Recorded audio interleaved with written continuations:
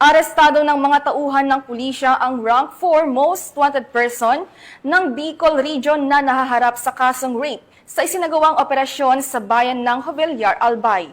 Police Staff Sergeant Cades Quintana, ibalita mo. Ang rank 4 most wanted person sa rehiyong Bicol ng Jovellar Municipal Police Station. Nito lamang ikapito ng Setyembre taong kasalukuyan sa Barangay Cabraran, Jovellar, Albay. Naaresto ang nasabing akusado ng pinagsamang puwersa ng Jovellar MPS, katuwang ang Criminal Investigation and Detection Group o CIDG at Regional Intelligence Unit 5. Kinilala ng mga otoridad ang naturang akusado na isang 25 anyos na lalaki, binata, isang laborer at residente ng nasambit na barangay.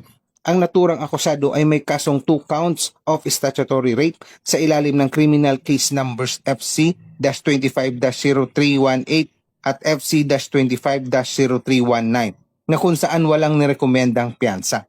Ang warrant na ito ay inisyu ng presiding judge ng 5th Judicial Region Branch 2 Family Court, Daraga, Albay nito lamang ika-28 ng Agosto taong 2025. Sa kasalukuyan, nasa kustodiya ng CIDG Region 5 ang akusado para sa tamang disposisyon at dokumentasyon. Mula dito sa Legazpi City, Albay, ako ang inyong PNN Correspondent Police Staff Sergeant Quintana, alagad ng batas, tagataguyod ng Balitang Pulis.